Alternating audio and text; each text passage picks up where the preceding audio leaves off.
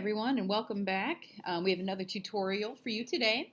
This one is focusing on a research tool called Gale Opposing Viewpoints. This is a great resource to use if you need to make an argument about a topic.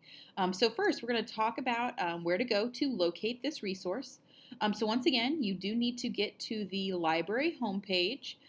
So once you're on the NGC Library website, which hopefully you know how to do from our previous tutorials, the first thing you need to do is go to the Symbaloo page of the website. All right, so once you have reached the Symbaloo page, if you scroll down, you can see all of our tiles in our Symbaloo. So remember, each one of these tiles is a link to an online resource that is either free or purchased by the school district. So today we're going to talk about opposing views. So right here you can see under opposing views, this is provided by Gale. We have the username and the password for this resource. So if it ever prompts you to sign in because you're using maybe a home network instead of the school network, that is the username and password to use to access the resource. So simply click on the link and it will take you to the Gale Opposing Viewpoints homepage. So you can see right here on the home page, it's going to have like issues of interest, basically things that are really current right now or creating a lot of controversy on social media or in the news.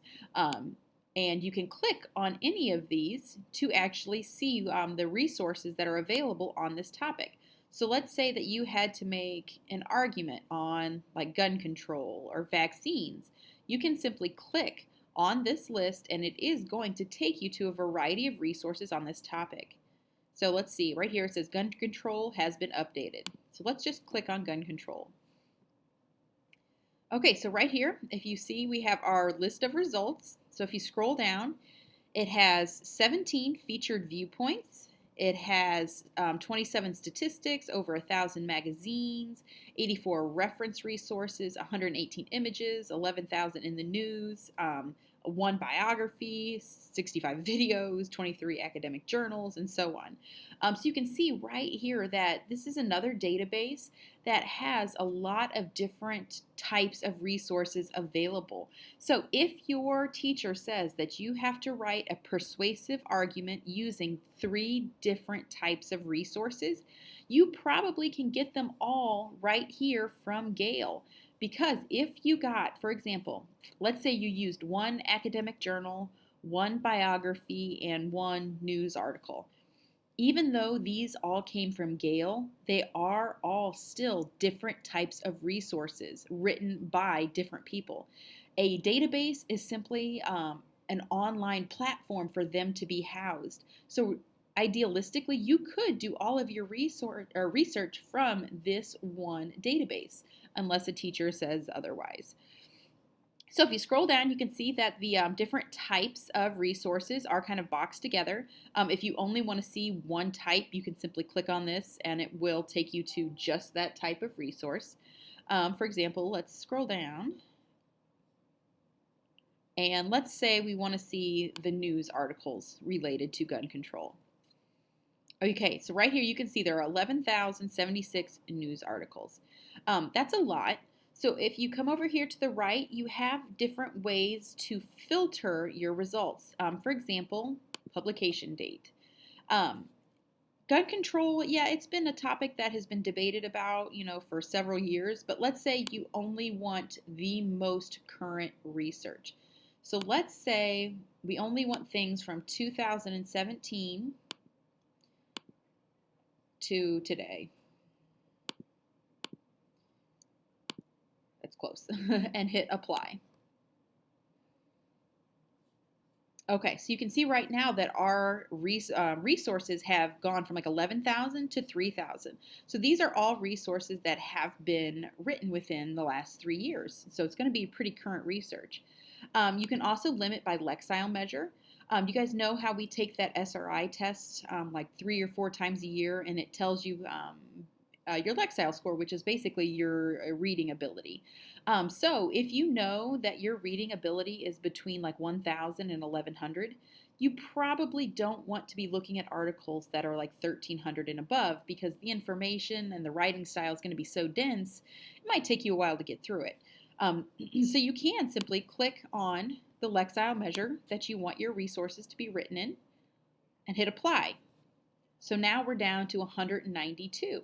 And so there are other ways to limit your research, but for 192, that's pretty. I feel like that's fairly limited. So you can kind of start looking to see what's going to help you with your research. So here, let's say that we want to see. Here's what Congress is considering doing on guns. So if you click that title, it's going to take you straight to this document. So you can see the author, you have the date, you can see who wrote it. So it was the Washington Post. They're also the publisher. It's an article. It's 770 words. We have the lexile measure and so on. So here, if you scroll down, there's the actual article, and you have several tools here to help you manipulate this article. So right here, there's a button that says Send to Google Drive. So if you want to save this article to your Google Drive, you click on this. I have already signed in to my Google account, so it's not prompting me to do that.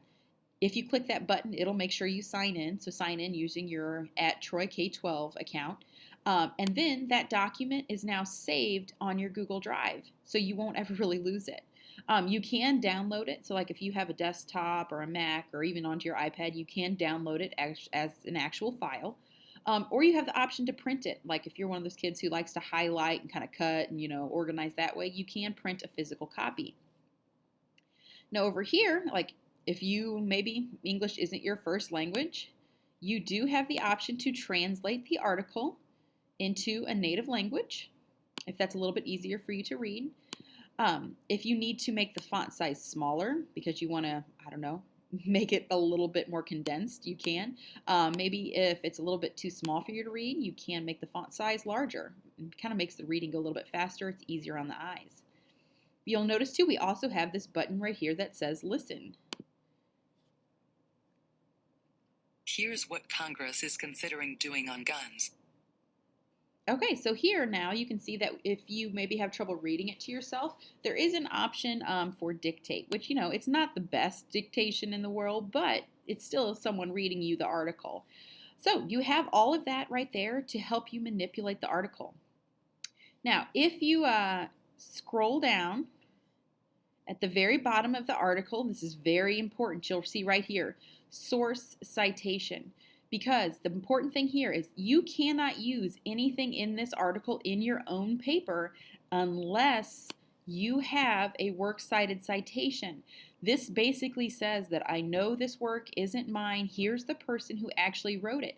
And you're giving credit to this Amber Phillips within your paper and at the end of your paper with your works cited page to avoid plagiarizing. If you don't have that information to cite this resource, you cannot use it in your paper. So it's very important that after you maybe save this to your Google Drive or after you print it, first thing you need to do is just go down and get this MLA citation. Now, you can do several things with it. You can copy and paste it to like a Microsoft Doc or a Google Doc.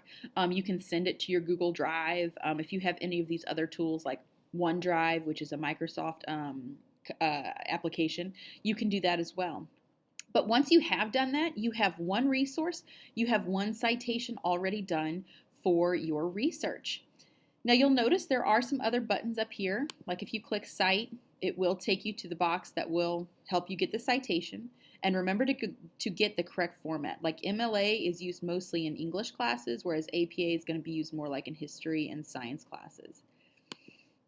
You can send this document somewhere, you can download it, you can print it, or you can get the link. Now, I have had kids in the past who go up here to this URL address and they try to copy and paste it to a document, thinking that they can just use this later to come back to this article. This does not work when you're using a research database because we pay money to get access to these databases. So if you try to just access this article by using this link, it will block you because it doesn't know that you have access to this database. So if you want to save a URL, do not get this one up top. Instead, go here where it says Get Link, And this is the link that will get you past the block into the database and into this specific article. So that is there for you as well. Now you'll also notice right here, there's this button that says highlights and notes. As you're going through your different articles, you might like highlight something. And I'm going to say, ooh, this is a really good point. I'm going to use it in my paper. Turn it green, and you can put use for my first argument. Helps if you can spell right. And hit save. And then if you go up here, you can see there is your text and there are your notes. So you can do this actually through multiple resources, and it will save all of those highlights and notes. So like if I go back to my search page and click my highlights and notes, they are still there along with my citation and the title of the article. So if you go back to the home page, you do have some different options available to you as well. If you don't know exactly what you want to create your argument about, you can hit Browse Issues, and these are going to be links to the most popular controversial issues on this website. So if you're looking for the topics that have like the most research on, these are going to be the ones that you are probably going to have the most success with. For example, human trafficking. Click on it. Once again, there is all the research for this topic. So hopefully this was a helpful little overview on how to use Gale in context, opposing viewpoints. If you ever need any help utilizing this database, or if you're having trouble logging in for any reason, please don't hesitate to stop by the library or shoot me an email, and I would be more than happy to kind of help you walk through the process or troubleshoot any problems you're having.